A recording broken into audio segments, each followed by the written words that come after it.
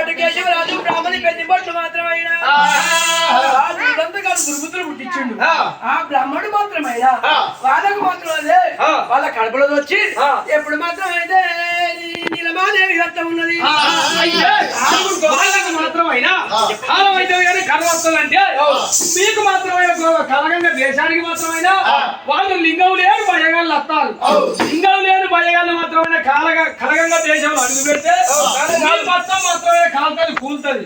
మీకు మాత్రమైన తిందామంటే తిండుకున్నది. మీకు బయటకు లింగమే, బయట తలుపు లింగమే, సూరుకు లింగమే, సూరుకున్న సుందరగా లింగమే మీకు.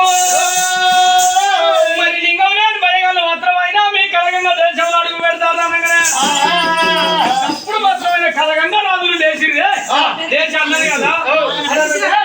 మరి అప్పుడు మాత్రమే అది ఏమంటా ఉన్నారు పంటుమన్నారా? మరి మన మాత్రమే కలగంగా దేశాన మాత్రం ఎవరు అడుగు పెడతారట. ఆ లింగం లేని భయగాళ్ళట. పొలవరం ఎందుకెళ్ళి పొలవరం ఎందుకెళ్ళి అటు వెళ్ళ కొట్టుపోరా అని చెప్పి ఎప్పుడైతే చెప్పినారు. ఏం చేస్తా ఉన్నారయ్యా?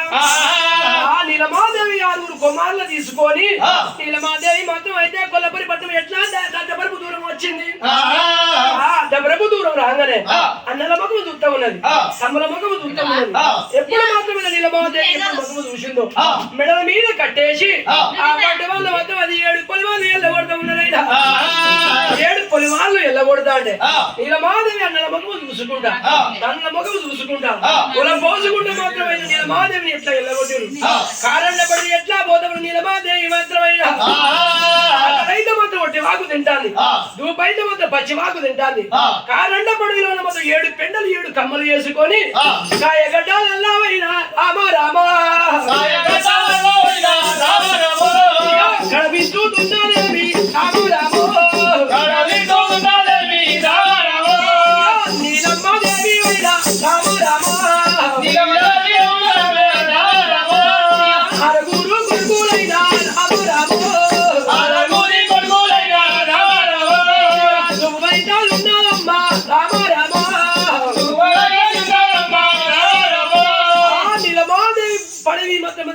కుమారులు ఒల పోస్తా ఉన్నారు. ఆ ఒల పోస్తాడు నీలమాదేవి ఏం చేసింది? ఆ కుమటోరి